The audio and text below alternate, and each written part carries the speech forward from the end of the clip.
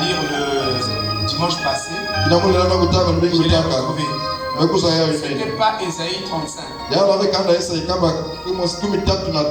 C'était Ésaïe 34. Là où je suis en train de conclure. Merci beaucoup pour le pardon. Amen. Donc nous allons lire Ésaïe 34, versets 16 à 17. Lisons ceci. Consultez le livre de l'Éternel. Consultez le livre de l'Éternel. Amen. C'est très juste. Et lisez. Merci. Aucun d'eux ne fera défaut. Voilà. Autrement dit, aucune promesse dans ce livre ne faillira. Donc dans le livre de l'Éternel ou du Seigneur, toutes les promesses sont accomplies. Amen. Amen. Amen. Et aucune ne faillira ou ne fera défaut. Ni l'un ni l'autre ne manqueront, car sa bouche l'a ordonné. Amen. C'est son esprit qui les rassemblera. Il a jeté pour eux le sort, et sa main leur a partagé cette terre au cordeau. Ils les posséderont toujours. Ils l'habiteront d'âge en âge. Que le Seigneur bénisse cette lecture dans nos âmes. Shalom, shalom. Nous sentons très bien dans la présence de Dieu. Faites entrer. Est-ce que vous aussi vous sentez bien comme moi? Amen. Alléluia. J'ai dormi un peu en retard. J'étais en train de sonder les Écritures. Parce que la Bible dit recherchez le livre de l'Éternel et lisez. Donc Dieu nous a donné donc cette commission de lire sa parole. C'est un commandement du Seigneur. Et nous devons rechercher le livre de l'Éternel. Et c'est quoi le livre de l'Éternel? Est-ce que c'est un livre qui n'est autre que la Bible? C'est ce que nous allons étudier ce matin. Nous sommes en train d'étudier les livres. Et je crois que c'est un gros chapitre. Un chapitre très bénissant. Parce que nous devons comprendre notre rédemption. Amen. Alléluia. Alors, nous sommes en train de parler de la généalogie des fils d'Adam. Mais cette généalogie commence depuis l'éternité. Généralement, quand nous définissons la généalogie, on appelle le pédigré de vie. Nous commençons dans le temps. Mais pour les fils d'Adam, nous remontons le temps. Et quand nous remontons le temps, nous arrivons dans l'éternité. Et voyez-vous, nous ne parlons pas d'une éternité, mais nous parlons de l'éternité. C'est différent. Quand vous parlez d'une éternité et de l'éternité, en réalité, une éternité, il y a l'éternité qui est. C'est très différent. Ça n'a pas la même signification. Amen. Alléluia. C'est ce que nous sommes en train de voir. Est-ce que vous comprenez? Voilà. Donc, le premier homme, c'est Dieu lui-même. Le deuxième homme, c'est le Seigneur Jésus-Christ. Le troisième homme, c'est Adam. Alors, toi tu es le quantième homme. Alléluia. Donc le premier homme, c'est Dieu lui-même. Après Dieu, vient Jésus-Christ, qui est son fils. Après Jésus-Christ, vient Adam. Adam n'est pas le premier homme. Alléluia. Amen. Il est le troisième homme dans la création. Mais nous allons distinguer les mondes avec les âges. Et nous allons expliquer quelque chose. Retenez seulement les mots que je suis en train de lancer. C'est comme des bases. Alléluia. Frère Adjola, je sais que tu aimes les... On va monter. Amen. Amen. Qui veut qu'on monte? Alléluia. Amen. Qui veut qu'on monte? On va monter. Alléluia. Amen. On va parler de la parole. Dieu vous soutienne et qui vous bénisse. Donc, nous sommes en train de voir ici un thème très capital. Alors, nous ne pouvons pas aborder la généalogie des fils d'Adam sans parler de l'éternité en éternité. Parce que notre généalogie ou la généalogie des fils d'Adam remonte depuis l'éternité. Et si vous la définissez seulement en prenant le temps comme base, alors nous allons perdre beaucoup de choses. Amen. Donc nous devons remonter depuis le temps ou depuis l'éternité. Savez-vous que le temps est une partie de l'éternité? Le temps est un segment de l'éternité. Donc, l'éternité se définit comme l'éternité, temps, éternité. Il y a eu plusieurs philosophes qui ont défini ce que c'est que l'éternité. Parce que l'éternité, c'est un concept très profond. Ils ont défini le temps, mais ils ont cherché à définir ce que c'est que l'éternité. Ils ont cherché à définir ce que c'est que un être éternel ou une entité éternelle. Et ils ont dit beaucoup de choses. Mais tout ce qu'ils ont dit, c'était vague. Ils ont dit par exemple que l'éternité, Amen, n'a pas de commencement, n'a pas de fin. Ça c'est logique. Nous disons Amen à ça. Et ils ont dit beaucoup de choses.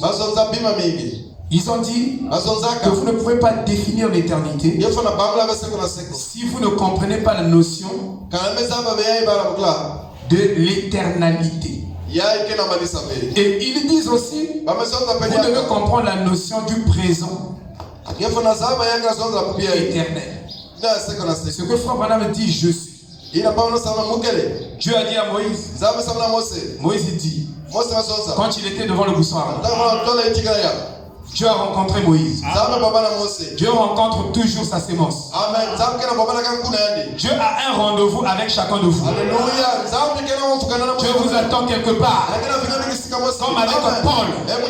Dieu l'a attendu quelque part. Sur le chemin de Damas. Dieu a un rendez-vous avec toi, mon frère. Alléluia. Et Frère Branham dit, quand Dieu te visite en songe, en vision, il te donne beaucoup de preuves de son existence. Il dit quand les preuves de son existence sont données à sa sémence, et quand il a épuisé toutes ces preuves, il n'a plus de preuves à donner à sa sémence, alors il descend lui-même dans un corps de chair. Alléluia. Oui, il a donné beaucoup de preuves à Abraham. Il a visité Abraham de plusieurs manières. Il a eu la vision, les songes, les ceci. Mais un jour, il est descendu sur l'échelle de Marie, dans un corps de chair. Il a discerné les pensées de Sarah, qui était dans la tente. Pendant que lui, Dieu, tournait le dos à la tente, il discerna. Sarah n'a même pas dit un mot. Elle a pensé seulement dans son cœur. Et Dieu connaît ce que tu penses. Tout ce que tu penses, Dieu regarde ça. C'est ça qui crie plus fort sur le trône de Dieu que les paroles que tu prononces. Dieu a rencontré Moïse.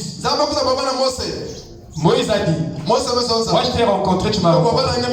Mais quand j'irai là-bas, alléluia, Moïse ne voulait pas partir. Frère Branham dit, il a donné 1 million de raisons.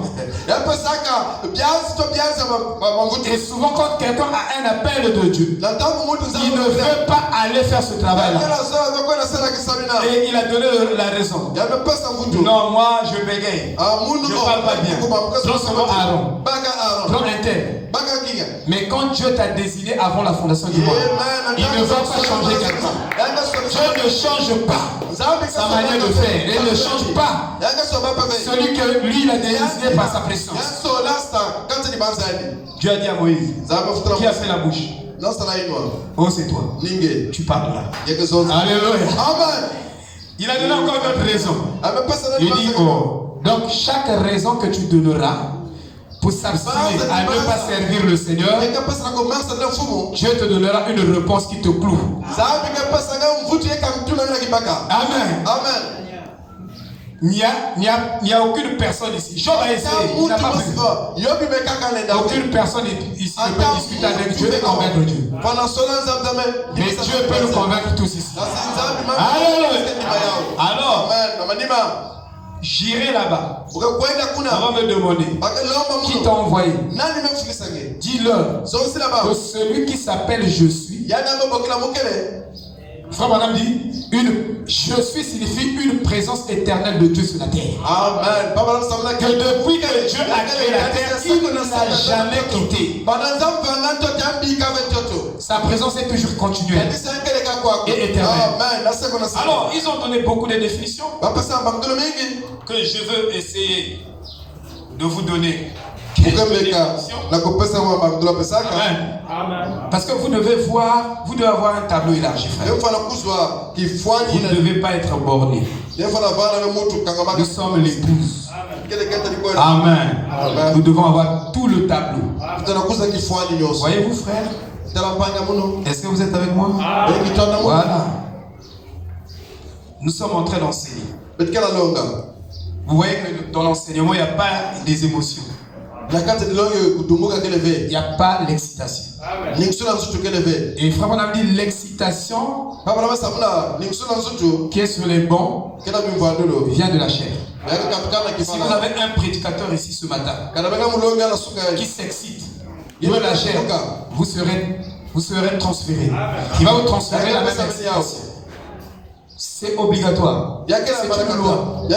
Donc si moi je m'excite ici, vous allez exciter.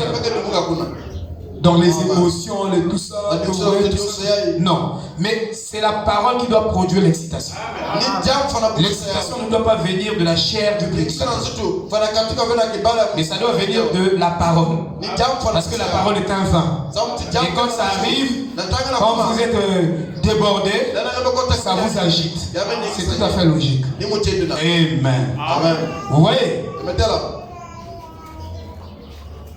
Donc, je disais que Boès est un philosophe. Il est venu derrière Platon. Il a suivi les pieds de Platon. Et Platon, c'est celui-là qui a dit, ce philosophe métaphysicien. Parce qu'il y a des scientifiques, il y a des philosophes. Et tous les chrétiens sont des philosophes. Tous les vrais chrétiens ont une petite philosophie qui n'est pas le matérialisme. Mais c'est vraiment la vraie spiritualité. Même Branham était un peu philosophe.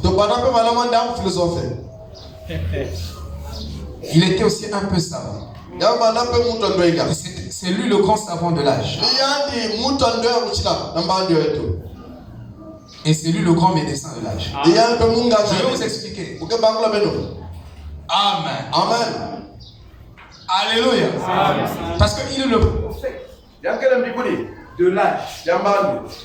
c'est à lui que Dieu a donné toute la volonté parfaite. Il n'a jamais donné à un pasteur ici. Ou les pasteurs qui font beaucoup de bruit. Et Branham a manifesté le ministère du Fils de l'homme. Et aucun pasteur ne peut manifester ce ministère. C'est que le Seigneur Jésus-Christ est là. Vous devez être enseignés. Amen. Parce que si vous dites que le ministère du Fils de l'homme est venu dans l'épouse, c'est là où vous avez tout ce brouhaha-là, cette confusion que nous avons même dans le message. Parce que les gens pensent que ils vont faire comme Branham. Ils vont ressusciter 8 morts. Frère, vous pouvez faire tout ce que vous pouvez faire, vous n'allez pas ressusciter 8 morts. Le plus faible de le corps va ressusciter au moins 1 mort. Et vous n'atteindrez pas le niveau de faire Branham. Ça, depuis que j'ai pris ce message, je n'ai jamais écouté que un pasteur a ressuscité 8 morts. Un pasteur même dans l'Afrique du Sud, à cause des dons de l'esprit, il se vantait être plus spirituel que tous les autres pasteurs. Mais les dons ne vous justifient pas. Parce que même Judas a ressuscité un mort. Vous voyez? Donc vous ne pouvez pas vanter votre spiritualité autour de dons. On prend comme base les dons. Amen. Alléluia. Donc je disais, il y a des chrétiens scientifiques, mais il y a des chrétiens qui sont un peu, qui ont une attitude philosophique. Or, quand on parle de la science, on voit le matériel. On voit ce qui est physique quand on parle de la science. Mais quand on se déplace un peu, on va un peu au-delà de la science, on devient métaphysicien. Parce que la métaphysique est au-delà du physique. Alléluia. Est-ce que vous comprenez? C'est pourquoi il y a des scientifiques, il y a des philosophes. Mais vous allez remarquer que les enfants de Dieu sont un peu plus métaphysique que physique. Est-ce que vous comprenez? Est-ce que vous me suivez? C'est très capital ce que vous savez. Maintenant, écoutez ceci. West définit l'éternité comme ceci. Il dit, l'éternité est la vie sans limite. Posséder complètement et tout à la fois. Il dit posséder complètement et tout à la fois. Donc il veut dire un être éternel n'a pas de passé. Il n'a pas de futur. Il n'y a qu'un présent éternel. Il n'a qu'un présent éternel. Et ce présent éternel n'a pas de passé, n'a pas de futur. Alléluia. Donc, il a toujours existé. Et il existera toujours. Ça, c'est un être éternel. Et il définit l'éternité comme cela. Il a 4 ingrédients. Il a réuni la définition du mot éternel. Et il le fait dans la consolation philosophique. Dans son livre. Il dit l'éternité est la vie sans limite. Donc, si vous prenez ici, vous mesurez ici, vous n'allez pas mesurer l'éternité. Donc, il n'y a pas un instrument que vous allez utiliser pour mesurer l'éternité. Parce que c'est infini. Infini de deux côtés. Est-ce que vous voyez? Et quelque chose qui est infini, vous ne pouvez pas la mesurer. Qui n'a pas de mesure. Ni dans le temps, ni dans l'espace.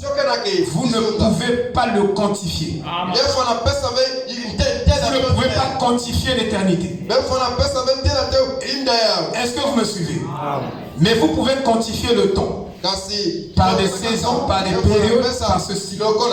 Mais quant à l'éternité, vous n'avez pas un instrument de mesure. Si bien que frère, toi tu reviens de l'éternité, personne ne peut te mesurer. Autrement dit, personne ne peut te juger.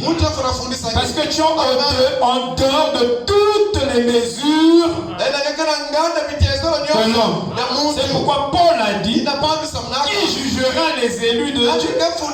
C'est Dieu qui justifie. Alléluia. Est-ce que vous me suivez? Soyez heureux que personne ne peut vous condamner. Alléluia. Amen. Personne ne peut vous condamner. Ni toi, ni moi. Moi, je ne peux pas vous condamner. Parce que vous êtes au-delà de tous les jugements humains. Autrement dit, aucun tribunal de la terre ne peut vous condamner. Vous dites que vous êtes fils de Dieu. Oh non, vous n'allez pas au ciel. Non, ça n'existe pas. Écoutez, je veux parler de deux éléments de sa définition. Je dis que c'est un enseignement. Et vous devez suivre. Et ça va vous permettre, vous les étudiants, à l'université là-bas, vous allez broyer. Alléluia. Vous allez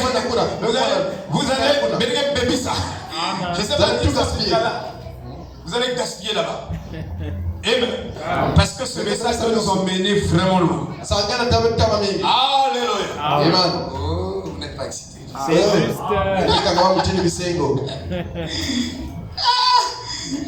Mais quand on parle de l'éternité, c'est ça même notre matière. Amen.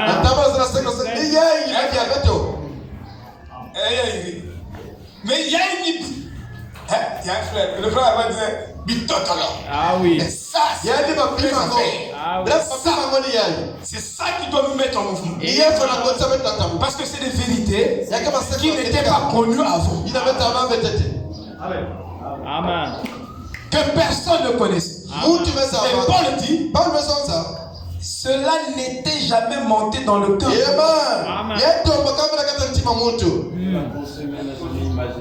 Que la pensée humaine n'avait jamais imaginé. Que même ton imagination n'avait jamais sondé ces choses. L'homme dans son imagination ne pouvait pas imaginer, écouter ces vérités-là. Et ces vérités mystères.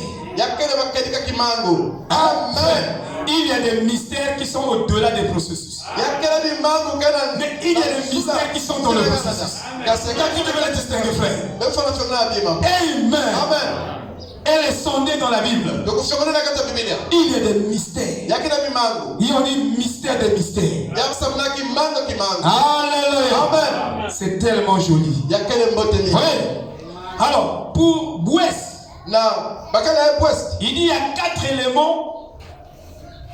Il y a 4 éléments qui définissent l'éternité ou la vie de l'éternité. Il dit, le premier élément, tout ce qui est éternel à la vie. Il dit que tout ce qui est éternel à la vie. Mais nous savons que nous pouvons avoir des multiples et des variétés et de formes en forme de vie. Mais de toutes les formes de ces vies-là, il n'y a qu'une seule forme qui a produit toutes les autres formes de vie. Sans ça, parce que cette vie est la cause ou l'origine est la source de toute forme de vie. Sans cette vie-là, il n'y aura pas d'autres existences. Alléluia. Amen. C'est ça. Il dit, dans ce sens de l'éternel, on ne pourra donc pas dire qu'un homme, qu'une vérité ou le monde sont éternels. Bien qu'on puisse vouloir dire les 2 premiers qui sont atemporels. Atemporels, c'est-à-dire qui n'ont pas de temps.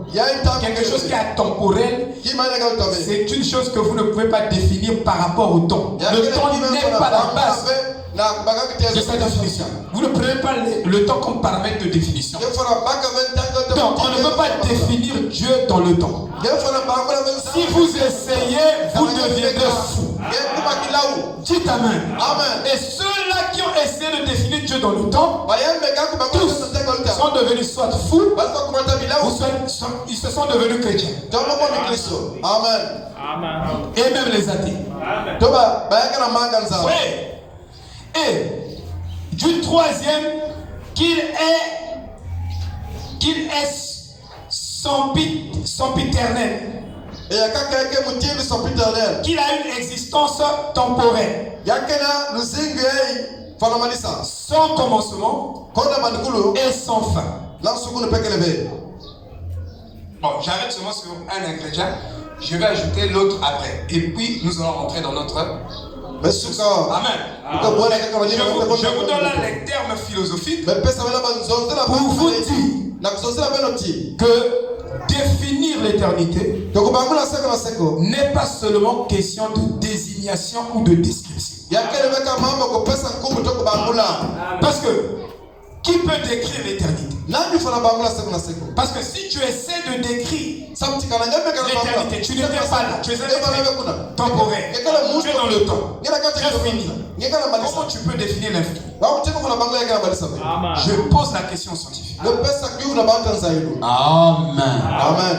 Or, il faut que l'infini se révèle au fini. Afin que le fini puisse appréhender l'infini. C'est pourquoi personne ne peut connaître Dieu par la théologie. Vous pouvez lire tous les jours la Bible, mais vous devez connaître l'auteur de la Bible. Vous pouvez lire tous les jours les brochures. Vous devez connaître l'auteur des brochures, celui qui l'a inspiré. Sinon, vous ne connaîtrez jamais Dieu. Alléluia. Vous pouvez écouter les bandes, même 50 bandes par jour. Mais comme l'auteur de la bande ne vit pas dans votre cœur, ce que vous écoutez, vous ne comprenez pas ça. Ça ne deviendra pas une réalité dans votre vie. Ça sera seulement une théorie. Alléluia. C'est pourquoi ici, nous recherchons le donateur. Alléluia. Nous cherchons le finisseur ou le finaliseur. Amen. Vous savez, Frère Branham a dit que vous pouvez reformuler plusieurs choses, mais en gardant seulement la conscience. Mais les gens n'aiment pas reformuler dans le message. Les gens n'aiment pas reformuler dans le message. Si tu as le Saint-Esprit en toi, tu peux interpréter une langue inconnue. Si tu as le vrai Saint-Esprit, tu peux lire un livre, mais le Saint-Esprit va te placer ça correctement dans les Saintes-Écritures. Il va te placer ça correctement. Parce que l'Esprit sonde tout, même les profondeurs de Dieu. Si le Saint-Esprit peut sonder les profondeurs de Dieu, comment le fera un petit livre seulement? Alléluia. Est-ce que vous comprenez? Il veut savoir. Mais ça là, il y a une erreur ici. Frère Branham a lu beaucoup de livres, des hommes qui ont écrit. Il y a des hommes qui ont eu la capacité prophétique. Avant Frère Branham, ils ont dit des choses qui étaient au-delà de l'humain, des choses qui n'étaient pas présentes, qui étaient futures, mais qui étaient des choses réelles qui devaient arriver. Et Frère Branham s'est inspiré de ces hommes, et l'ange a dit que ça vient de Dieu. Amen. Si vous avez le Saint-Esprit, vous pouvez sonder même les gens. Frère Branham dit, si vous avez le Saint-Esprit, si vous causez 5 minutes avec quelqu'un, vous pouvez dire avec exactitude si cette personne a le Saint-Esprit ou pas. À moins que toi-même tu n'aies pas le Saint-Esprit, tu n'auras pas ce discernement. Savez-vous que au temps de la fin, nous devons exercer nos sens à la justice. Parce que tu peux être gentil, mais si tu n'as pas le discernement, ta gentillesse t'emmènera dans le trou. Mais en ce temps de la fin, Dieu nous a donné une parole qui nous permet de sonder. Sinon tu vas faire un pacte avec le diable sans le savoir dans ta gentillesse.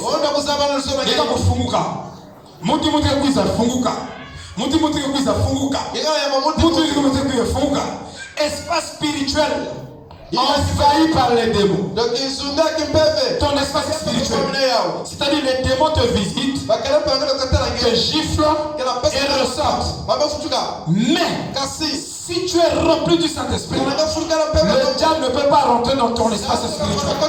C'est pourquoi tous les jours, tu dois être rempli du Saint-Esprit, de telle sorte que le diable ne rentre pas dans ton espace.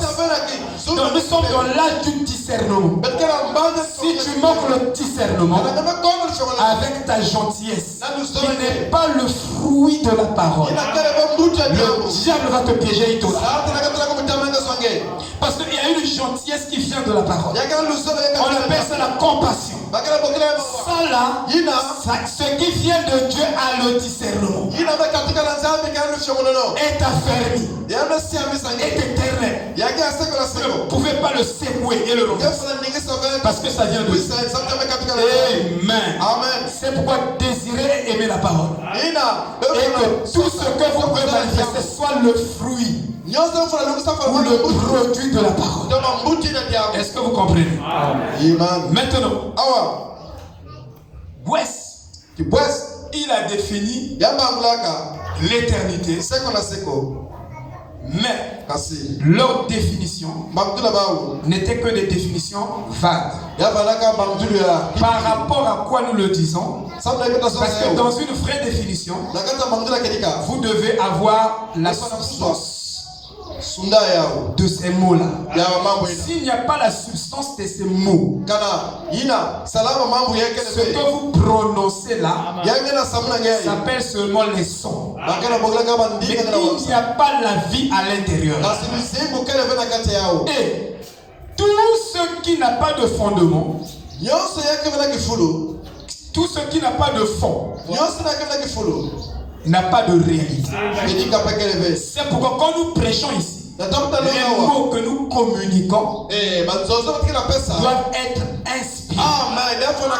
Parce que si les mots-là ne sont pas inspirés de Dieu et n'a pas de vraie signification spirituelle, ces mots-là ne nous feront aucun bien.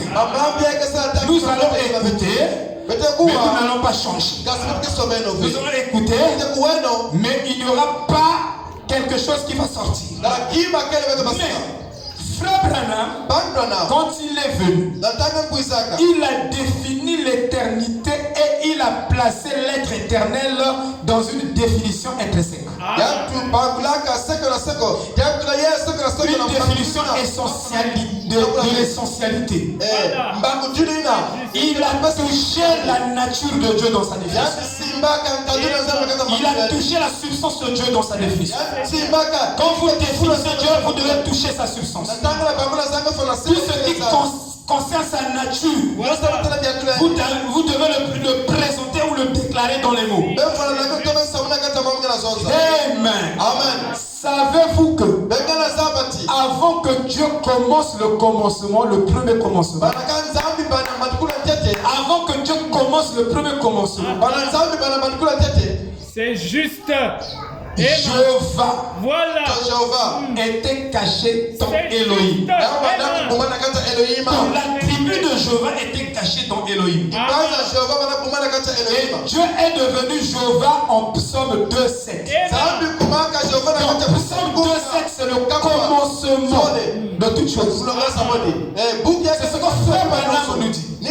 Parce que Jean nous amène au commencement, Moïse nous amène au commencement, mais Branham nous amène au-delà des commencements. Il nous emmène dans l'éternité. Il n'y a pas une personne, un auteur, et vous lirez les ouvrages, qui a défini l'éternité dans son intrinsèqualité en dehors de Frère Branham. Il nous a donné même le fond de l'éternité. Alléluia. Vous voyez, frère? Et il dit, dans l'éternité, avant que le temps ne commence, je étais seul. Il auto-existait. Il dit, vous n'avez aucun indice de lui. Il dit, mais il nous a donné les indices de comment il travaille et comment est sa nature. Donc nous n'avons que ça comme indice pour définir ce thème. Sinon, allez au-delà de ça, vous allez vous affoler. Il dit, Amen, que vous n'avez aucun indice de ce texte-là, qui est son père, qui est sa mère, d'où il vient, comment il a commencé, vous n'avez aucun indice de lui. Vous voyez, il auto-existe. Il est là. Frère, il dit, imaginez-vous, vous dormiez profondément. Votre maison est fermée. Mais vous ne comprenez pas comment quelqu'un est rentré dans votre maison. Pendant que vous dormez profondément. Il est venu à table. Il a laissé un sandwich merveilleux sur votre table. Et il est parti. Il est reparti. Il n'a pas laissé une trace de lui. Je dis bien, il n'a pas laissé une trace de lui. Ni le numéro de téléphone, ni ceci ou cela. Le voici, il est parti. Il sort du portail, il s'évapore. Quand vous vous réveillez le matin, quand vous arrivez là, devant la table, vous regardez comme ça un sandwich que Tanguy aime manger. Tanguy mange comme un blond. Il aime les bonnes choses. Et vous regardez comme ça. Le sandwich est là. Frère, vous allez commencer à imaginer. C'est Kevin, non? André qui est passé. Vous allez devenir un imaginateur. C'est comme ça que nous définissons Dieu. Dans notre imagination, nous disons que Dieu est comme ça. Nous disons que Dieu, on dirait que c'est Moussi qui est passé. Vous n'avez aucune certitude. Ça, on appelle ça le tâtonnement. Mais Dieu, on ne le définit pas comme ça. Alléluia. L'éternité est comme ça. Ça veut dire, on ne sait pas d'où ça vient. C'est un sandwich qu'on voit comme ça, mais on ne connaît pas son auteur, qui l'a fait, et ça a commencé comment, mais ça est là. C'est un fait qui est déjà là. Et quand Dieu vous bénit, il ne vous donne pas l'explication. Vous voyez, le fait est là. Dieu est arrivé, le pasteur dit Yoka, on va te faire une surprise. Il ne savait pas qu'on le faisait une surprise. Il a fini de prêcher, le service, il ne savait pas. Il complotait contre un. Mais il complot bien, il y a Judas. Mais ça va comploter aussi dans la boue.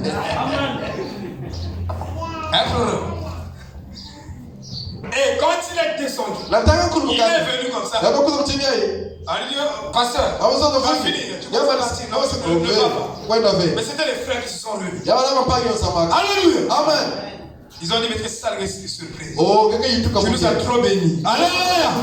On va te faire des surprises. Toi qui bénis ton mari. Ton mari va te faire des surprises. Toi qui bénis ta femme. Les femmes aussi doivent faire des surprises à leur mari. Alléluia. Amen. Ils ont fait une surprise à leur pasteur. Et quand le pasteur est venu, on a commencé à déchirer. Le pasteur dit, c'est un éléphant qui est à l'intérieur des habits là. Pendant qu'il déchirait, comme ça, il voit comme ça. Qui n'a jamais imaginé. Le pasteur a pleuré de joie. Vous avez déjà vu quelqu'un pleurer de joie, non? Ah, yeah. Quelqu'un pleure de joie. Amen. Quand on vient ici, on doit pleurer de joie. Parce que ce que Dieu a réservé pour nous est tellement grand. On n'a pas de mots pour qualifier cela, frère. Je vous dis la vérité. Même on est Christ. Par exemple, c'est comme si dès qu'on finit ici, les gens qui te rencontrent, même pour les raisons, on dirait qu'il y avait bien dans l'église, qu'on n'a pas prêché la parole. Non, frère. Soyez joyeux. Paul a dit soyez toujours joyeux. Alléluia. C'est pas tes soucis qui vont améliorer ta situation. Et dans le message, les gens pensent que s'ils se débarrassent d'un frère ou d'une église, sa situation va s'améliorer. Non, c'est pas ça. C'est Dieu qui change. C'est Dieu qui améliore les situations. Donc tu peux rester ici. C'est le monde de l'école. Les amis disent on n'a pas eu le BMG parce que nous sommes en problème pour moi. Mais on doit changer d'école. Changer d'école ne signifie pas changer de vie. C'est toi qui dois jamais changer. Sinon, amen. C'est toi qui dois changer. Et ne pense pas que en se débarrassant de Kevin, c'est là où tu vas t'améliorer. Tu te débarrasses de ta femme. Tu vas t'améliorer. Tu vas pas t'améliorer. Tu vas t'empirer. Amen. Ça, je vous prêche la parole. Et je ne marche pas les mots. Parce que si je le fais, je ne vous aime pas. Tu dois prier pour ta femme. Tu dois l'aimer. Si tu veux avoir un mariage béni, tu dois éviter de frustrer ta femme. Pierre a dit, si tu frustres ta femme, Dieu n'écoutera jamais ta prière. Il faut que je vous le dise. Amen. Le frère dit, oh, moi je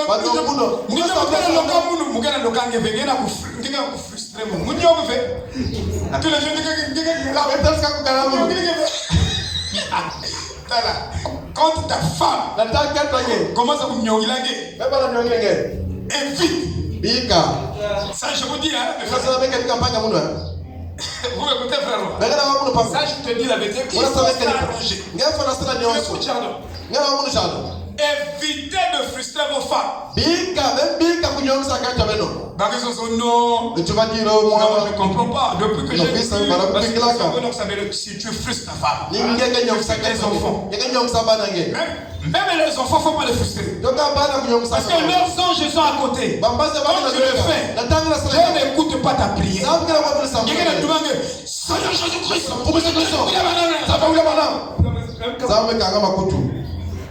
Amen. Alléluia. Amen. Nous devons comprendre la parole. Et si vous voulez faire un mariage béni, vous devez d'abord comprendre votre épouse. Si vous comprenez sa nature et essayez de vivre avec elle, avec sa nature. Amen. Sinon vous ne serez pas heureux. Parce que on dirait Dieu. On dirait que j'avais fait un mauvais choix. Un mauvais choix aussi. C'est toi qui es mauvais choix. Amen. Alléluia. Amen. Est-ce que vous comprenez? Dans toute l'éternité, Dieu était seul. Il vivait des milliards et des milliards d'années. Si nous pouvons parler en ces termes, des milliards d'années seuls dans une existence solitaire. Il n'avait besoin de rien. Il est suffisant en lui-même. Ici, personne ne se suffit à lui-même. Nous sommes tous complémentaires. Que tu sois pasteur, que tu sois diacre, que tu sois laïque, que tu sois administrateur, nous sommes complémentaires. Tu as besoin de moi, j'ai besoin de toi. Sinon, tu n'avanceras pas. Amen. Tu auras des problèmes. Oui. Alors, Dieu, dans cette éternité, il avait en lui besoin de s'exprimer dans le temps, de jouer des rôles dans le temps. Mais lui, il est dans l'éternité. Il voulait manifester le temps, et dans ce temps-là, il voulait jouer multiples rôles. Mais Mais en lui, il y avait un attribut qu'on appelait le Fils. En lui, il y avait un attribut qu'on appelait le Fils. En lui, il y avait un attribut qu'on appelait le Père. En lui, il y avait un attribut qu'on appelait le Saint-Esprit. Donc Dieu en lui a des milliards d'attributs. En lui. Et Frère Branham me dit, Dieu peut même te donner des milliards de ces attributs, mais tu ne deviendras pas souverain. Donc Dieu peut te bénir en te donnant des milliards de ces attributs, tu les manifestes. Mais tu ne deviendras pas Dieu lui. Amen. Tu resteras seulement un homme. Tu dois garder ta position. Voyez-vous? Alors il voulait les manifester. Alors la première chose qu'il va faire, il va manifester d'abord l'attribut de la plénitude de Dieu, qui est la colonne de Dieu, qui est le Fils, qui est le Fos, qui est le Logos, qui est Jésus. Il l'a manifesté en premier. Il l'a engendré. Parce que c'était en lui. Le but de l'engendrement. Dieu doit engendrer d'abord le Fils. Et il est le premier-né de toute la création. Proverbe 8. Donc avant que l'étoile commence, avant que le diable existe, avant que les démons existent, Jésus est déjà là. Alléluia. Il est mon sauveur. Il est mon Seigneur. Il est mon intercesseur. Il est mon rédempteur. Alléluia. Il est là. Il est mon roi aussi. Voyez. Alors, la première des choses que Dieu dit, regardez, prenez vos Bibles. Je vais vous montrer l'importance des traductions. Amen. Ça c'est très important. L'importance des traductions. Vous verrez qu'il y a des traductions qui déforment la compréhension de la Bible. Qui donnent à la Bible des termes trinitaires. Et dans ces termes trinitaires, vous savez, des futilités trinitaires, ou leur divinité, le bébé que la mère a couché, le bébé là est le mari de la mère. Regardez bien toute l'idéologie ou l'idolâtrie babylonienne.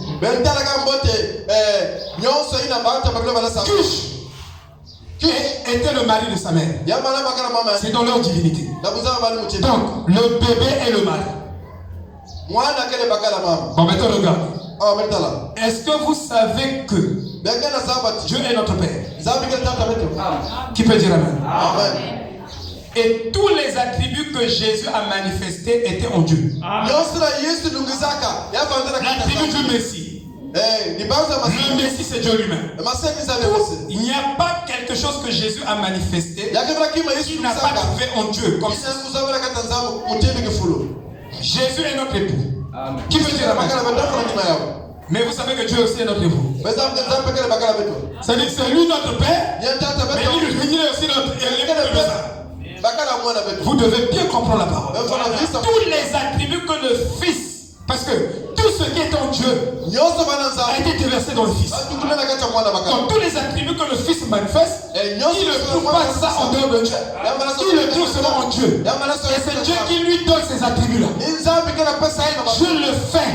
On manifeste l'attribut de Fils à travers le Fils de Dieu. Et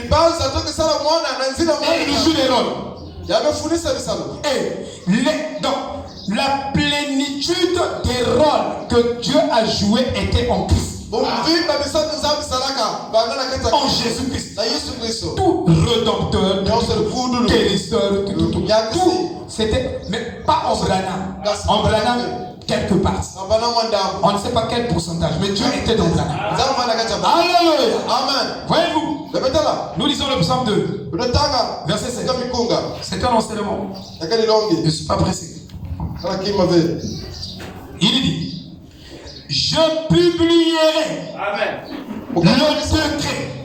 L'Éternel m'a dit: tu es mon fils. J'étais engendré aujourd'hui. Quel aujourd'hui?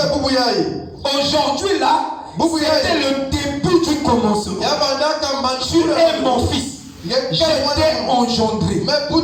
Alléluia. Amen. Et Jésus plus tard il dit, tu n'as voulu ni sacrifice ni holocauste, mais tu m'as fait un corps. Et ce corps dont Jésus parle, ce n'est pas ce corps-ci. Ce n'est pas ce corps-ci. Alléluia. Amen. Ceci, c'est un corps glorifié. Là, ici, dans Psaume 2, verset 7. Ici, Jésus est dans un autre corps. Tu n'as voulu ni sacrifice ni holocauste, mais tu m'as fait un corps de souffrance pour la mort du péché. Ça, Hébreux 5. C'est ce que Jésus dit là. Ça, c'est un corps comme toi et moi. Alléluia. Mais ce corps-ci, ça, c'est un autre corps.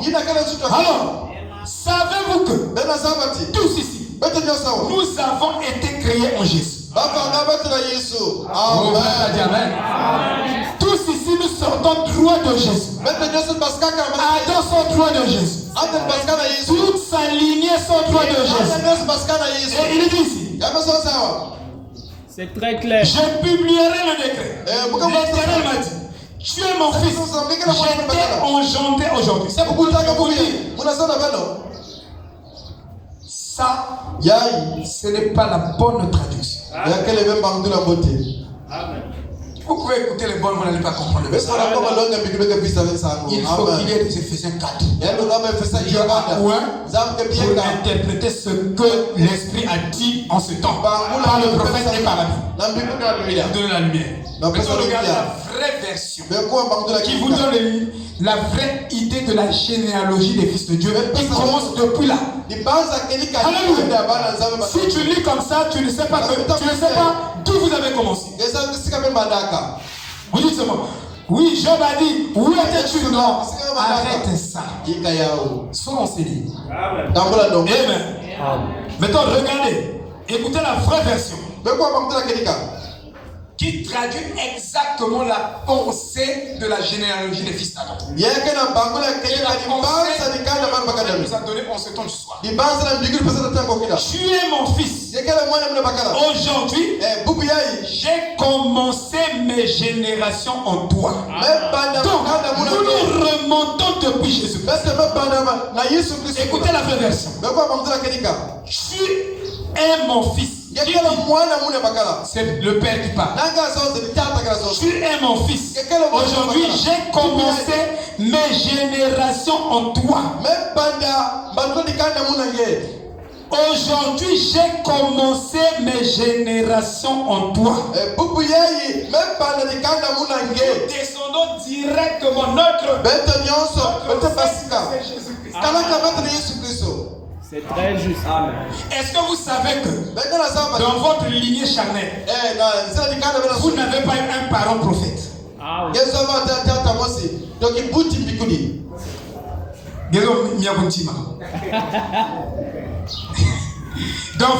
Dans notre famille, nous sortons d'une famille païenne. Et dans cette lignée-là, toute la descendance maudite. Il faut savoir ça. Maintenant, suivez bien mes frères. Alléluia. Maintenant, vous allez partir avec la généalogie. Bon, catholique, proteste. Nous sommes retrouvés dans le message. Ma parole est catholique. Il prie avec les bougies. Des fausses adorations. On n'adorait pas Dieu correctement. Et vous ne pouvez jamais adorer Dieu correctement sans prophète. Ça n'existe pas. Parce que le prophète vous enlève, vous arrache de la confusion. Alléluia. Il vous sort de la confusion. Selon Joël 2. Dans le but même du prophète, c'est ça. Arracher le peuple de la confusion. Il y a des gens qui prient, mais ils ont des câbles ici. Tu es dans la confusion. Il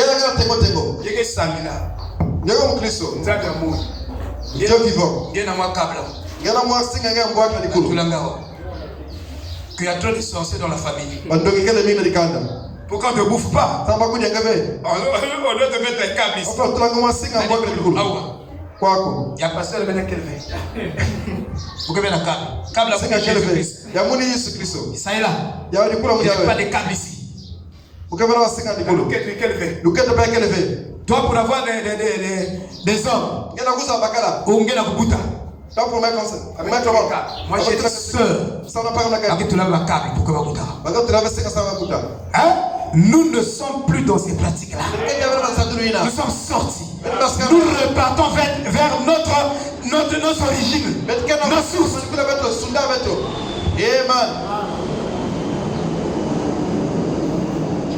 Bon, tu es né dans une famille où tout le monde est sorcier. Sauf toi. Tu vas faire quoi? Tu vas fuir la famille. Mais tu dois nous ramener Dieu. C'est eux qui doivent fuir la famille. Mais comment toi tu fuis les sorciers? On nous les sorciers te fuient. Vous êtes sûr que mon me fait sorcier? Je connais mes droits, je connais la parole et ma position. Mais Jésus-Christ est venu verser le sang. C'est pour couper les liens de la famille. Tous les actes et les ordonnances qui condamnaient chaque personne dans la famille. Jésus-Christ l'a brisé. Donc je n'ai pas peur. Le problème c'est que toi tu n'as pas la foi.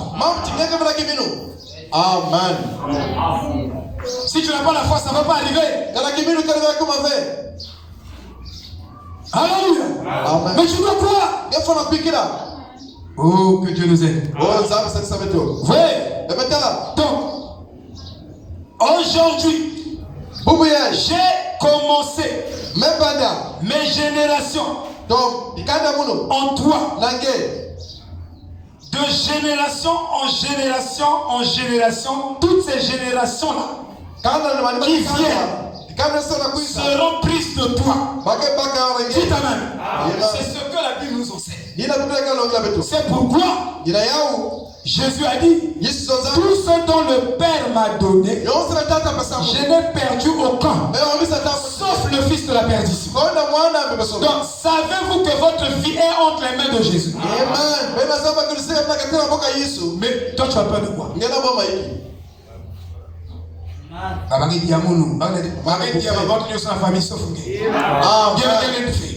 Parce que ta vie est cachée en Christ. Et le sorcier pour t'avoir, il veut d'abord vaincre Christ. Le Christ est le grand vainqueur de tous les âges et de tout le temps.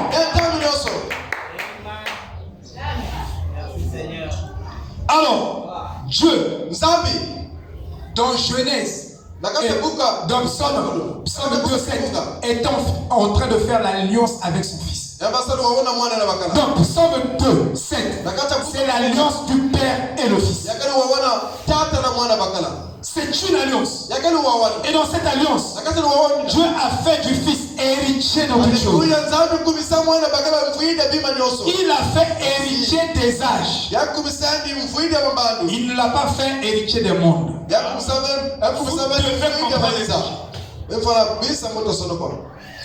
Il a fait du Fils de Dieu héritier des âges. Et non héritier des mondes. Ou des plurimondes. Ou des plurivers. Mais il l'a fait héritier des âges.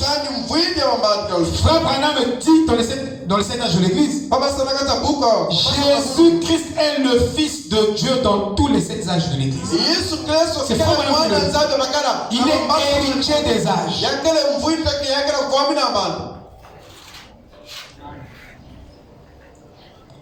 Vous me regardez. Et quelque part, dans l'Ancien Testament, il est dit, le fils aîné partage l'héritage avec le père moitié-moitié. Donc, tel que nous ici, il y a le père a le droit d'hériter la moitié de l'héritage laissé par papa. Ça c'est une loi de l'Ancien Testament.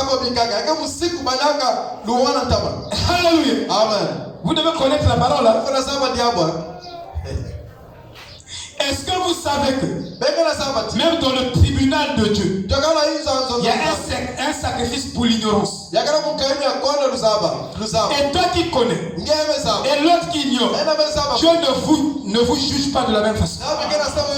Toi qui connais la vérité, l'autre ne connaît pas la vérité, il est ignorant, Dieu le juge avec douceur. Toi, avec ses vérités. Parce que tu connais la vérité. Et la Bible dit, tu ne connais pas la vérité, la vérité. Oui. C'est pourquoi quand Jésus marchait, quand Jésus disait je suis le Fils de Dieu, alors il était donc co-égal avec le Père. Et les Juifs ont compris ce langage. Ils ont su que comme il est Fils de Dieu, donc il veut dire que lui et le Père ils sont égaux. Savez-vous que dans cette Bible-là, il y a beaucoup des Écritures qui disent que Jésus et Dieu sont un. Ils sont égaux. Mais il y a aussi dans cette même Bible, il dit que Jésus n'était pas au-dessus du Père. Vous devez tout comprendre. Amen. Amen.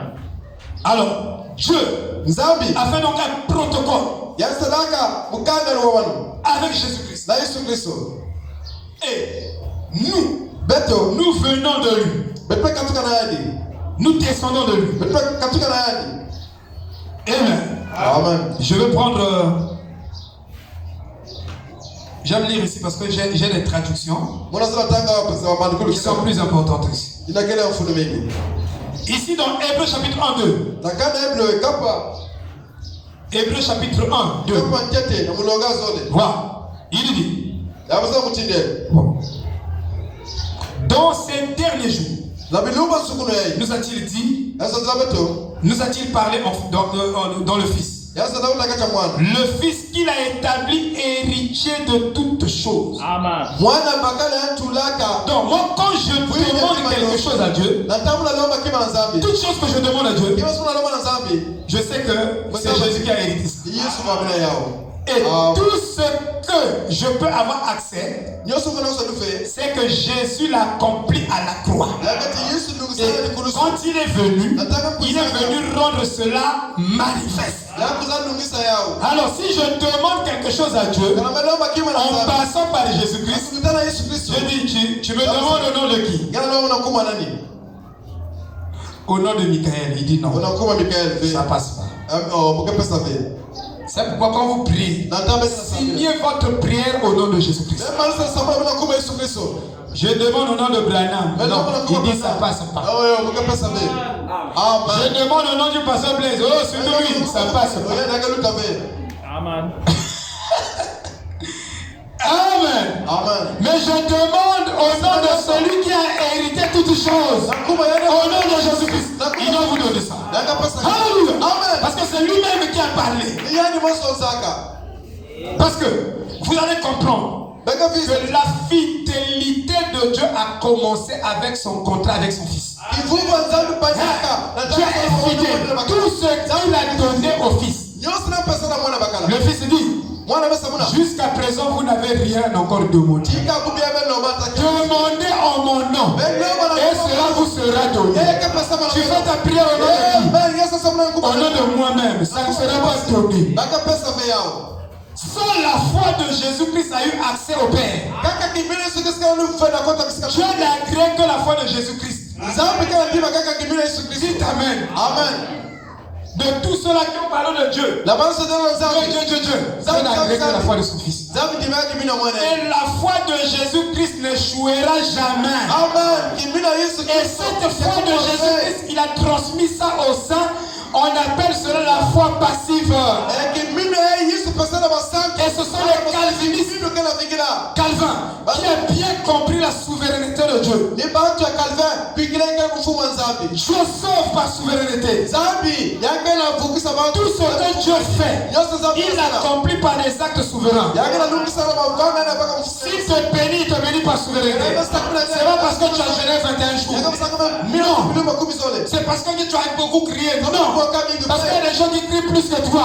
Il n'a pas donné. Il ne dépend ni de celui qui crie beaucoup, ni de celui qui veut. Mais c'est le Dieu qui fait grâce. Ça ne sert à rien d'aller monter sur les montagnes. Si Dieu t'a connu, Dieu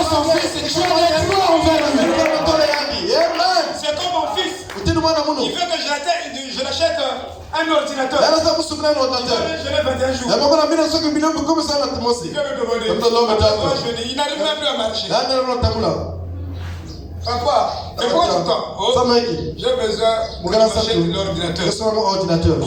Mais tu n'as pas besoin de prendre tout un gros papier, discours de société. C'est comme ça que nous faisons dans nos prières. Dieu, vraiment souviens-toi. Bon, on est ferme Dieu. Tu sais, moi dans ma famille on se moque de moi. Je sais qu'on se moque de toi. Toi dis seulement ce que tu veux. Amen. Il a fait de Jésus héritier de toutes choses. C'est la Bible ici. Hébreux chapitre 1, 2. Vous voyez?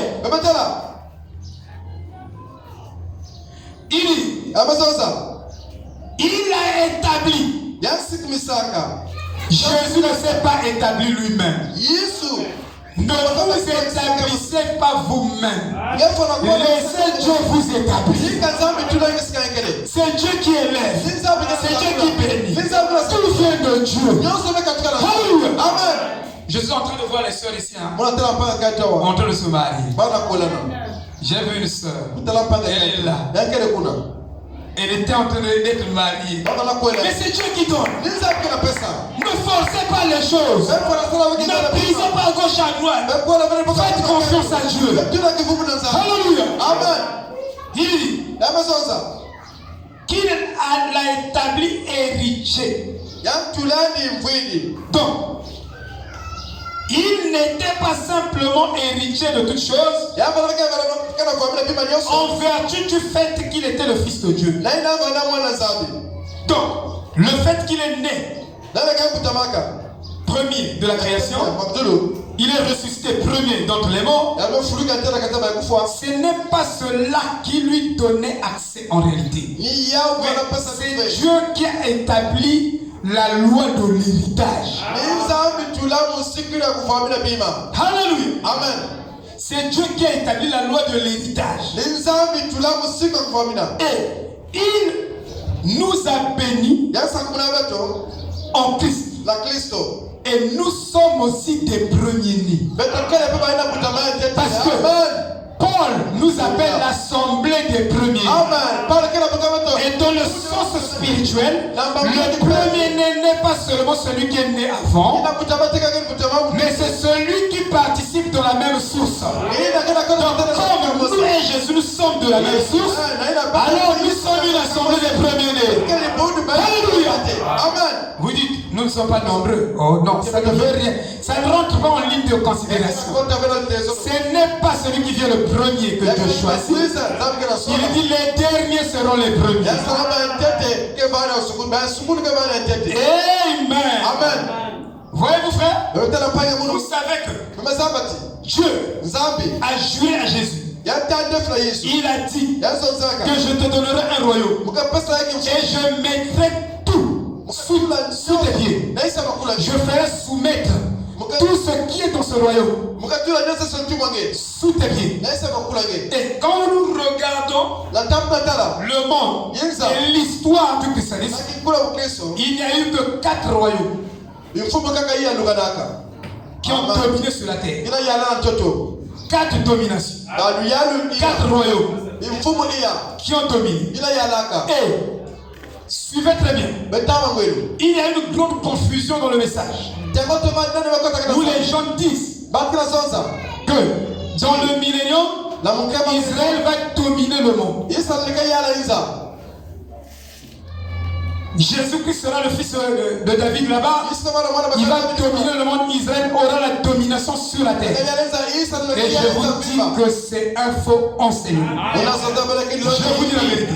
En dehors des 4 royaume que Daniel a expliqué au roi Nebuchadnezzar, en dehors de ces 4 royaumes, il y a un seul royaume de Jésus-Christ qui sera établi dans le millénium entier.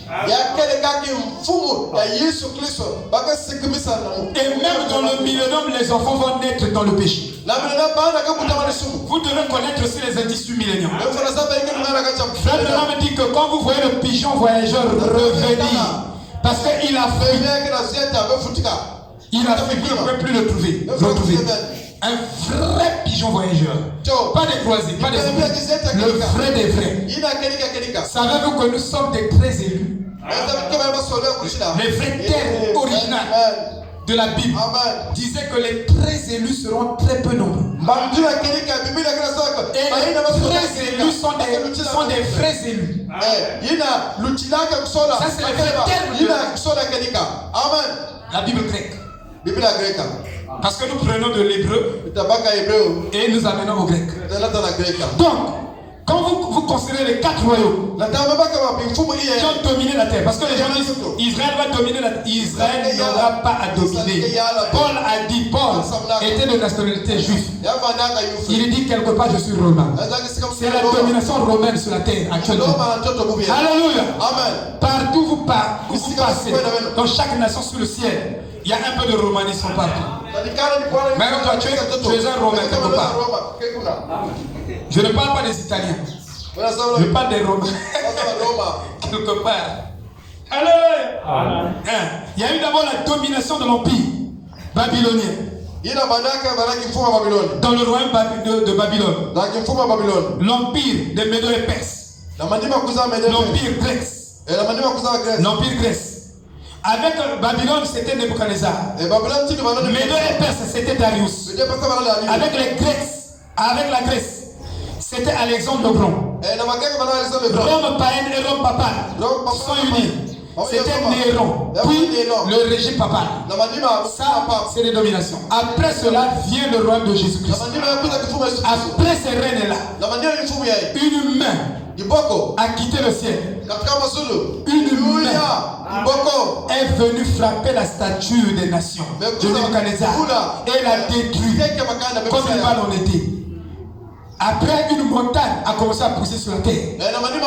Vous voyez, frère, c'était le royaume de Jésus-Christ. Et Dieu a promis un royaume à Christ. Et nous sommes co-héritiers avec Christ dans ce royaume-là. Lui, l'héritier du Père, co-héritier du Père par Jésus-Christ. Donc tout ce que tu peux avoir, c'est par Jésus-Christ. Si tu es béni, c'est par Jésus-Christ. Pas dans une église, pas dans un mortel, mais dans Jésus-Christ. Alléluia. C'est ça la vérité. Oh frère. Alors, il y a une autre écriture. Vous allez voir que même notre délivrance passe par Jésus-Christ. Et de par lui, nous passons du royaume des ténèbres au royaume spécifique du Fils de Dieu. Alléluia. Oh my God. J'ai encore des écritures ici. Colossiens chapitre 13. Qui nous a délivrés de la puissance des ténèbres et nous a transportés dans le royaume de son cher Fils. Dans le règne de Christ, c'est dans le millénium. Christ va régner là-bas. C'est pourquoi, quand il marchait, on voulait le mettre roi. Le roi des Juifs, il ne voulait pas. Il savait qu'il ne faut pas mettre la charrue avant les bœufs. Il faut être patient. Dieu est en train d'emmener la parole à s'accomplir dans ta vie. Mais ne presse pas la prophétie.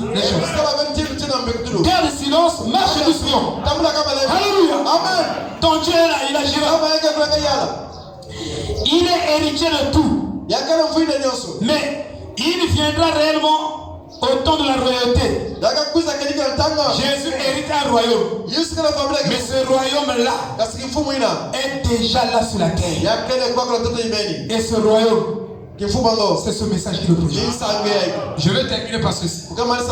Savez-vous que, suivez-moi bien, que tout ce qui parlait de Dieu avant William Branham ne pouvait pas nous emmener dans le définitif.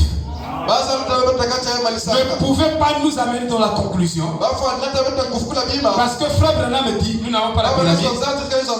Il dit que pour que la pierre de fête descende et coiffer la pyramide, il faut poser le coup.